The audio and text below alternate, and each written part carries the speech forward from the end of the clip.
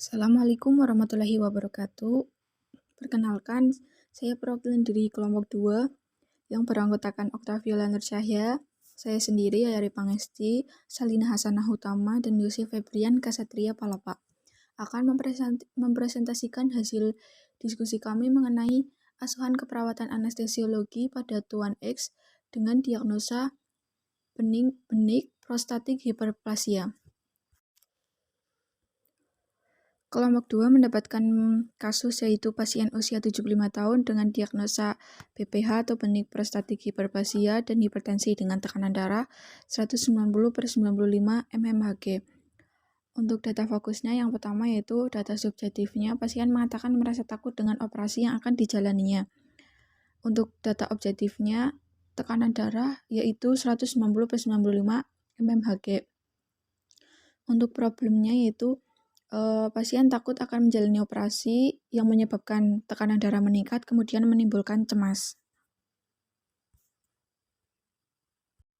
Untuk data fokus yang kedua yaitu data subjektifnya, pasien mengatakan akan menjalani tindakan operasi. Untuk data objektifnya, pasien akan menjalani anestesi menggunakan teknik anestesi spinal. Untuk problemnya, akan dilakukan tindakan operasi menggunakan anestesi regional spinal, biasanya akan menimbulkan resiko cedera anestesi. Untuk data fokus yang ketiga yaitu data subjektifnya, pasien mengatakan sulit untuk berkemih dan pasien mengatakan sakit saat berkemih. Untuk data objektifnya yaitu distensi abdomen, stranguri, dan inkontinensia urin. Untuk problemnya, BPH menyebabkan pasien sulit untuk berkemih, yang kemudian menyebabkan stranguri dan menimbulkan risiko gangguan fungsi perkemihan. Untuk slide selanjutnya, di sini ada rencana tindakan masalah kesehatan anestesinya dan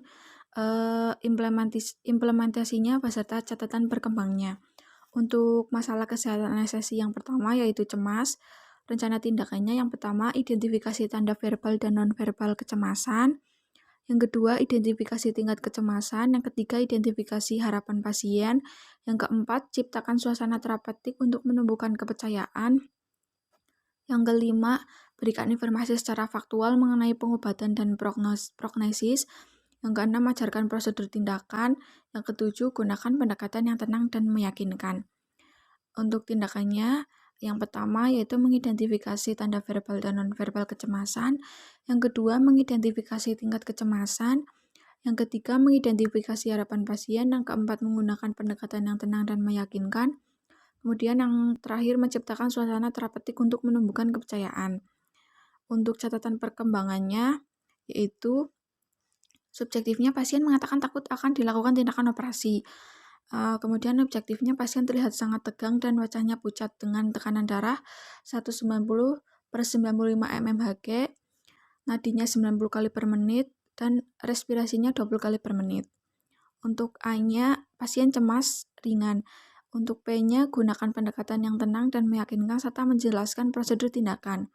Untuk I-nya atau implementasinya, bangun hubungan terapeutik. Untuk evaluasinya, kecemasan pada pasien sudah menurun, pasien terlihat lebih tenang dari sebelumnya. Dan untuk R-nya, kecemasan teratasi, hentikan intervensi.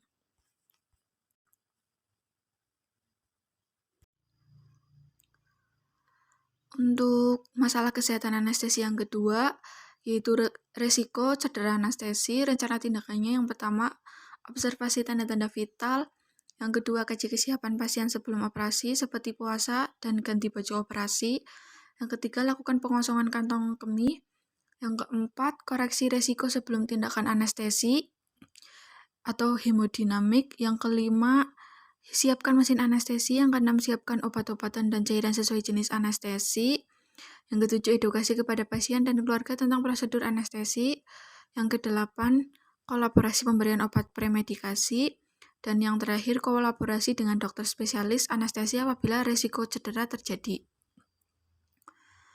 Untuk implementasinya, yaitu yang pertama mengobservasi tanda-tanda vital, yang kedua mengkaji kesiapan pasien sebelum operasi, yang ketiga melakukan pengosongan kantong kemih, yang keempat mengoreksi risiko sebelum tindakan anestesi, yang kelima menyiapkan mesin anestesi, Yang keenam, menyiapkan obat-obatan dan cairan sesuai jenis operasi. Yang ketujuh, mengkolaborasi pemberian obat premedikasi. Dan yang terakhir, mengkolaborasikan dengan dokter spesialis anestesi apabila resiko cedera terjadi. Untuk catatan perkembangannya, subjektifnya pasien mengatakan akan menjalani tindakan operasi, objektifnya pasien akan menjalani anestesi dengan teknik anestesi spinal dengan tekanan darah 190/95 mmHg. Untuk A-nya, resiko cedera anestesi belum teratasi. P-nya, mengobservasi tanda-tanda vital, mengkaji kesiapan pasien sebelum operasi, dan mengoreksi risiko sebelum tindakan operasi anestesi. I-nya, menyiapkan mesin anestesi dan menyiapkan obat-obatan dan cairan sesuai jenis operasi. Untuk E-nya, monitor pasien saat dilakukan tindakan operasi, grafiknya stabil, proses penyuntikan spinal berjalan dengan lancar. Untuk R-nya, risiko cedera anestesi teratasi, intervensi dihentikan.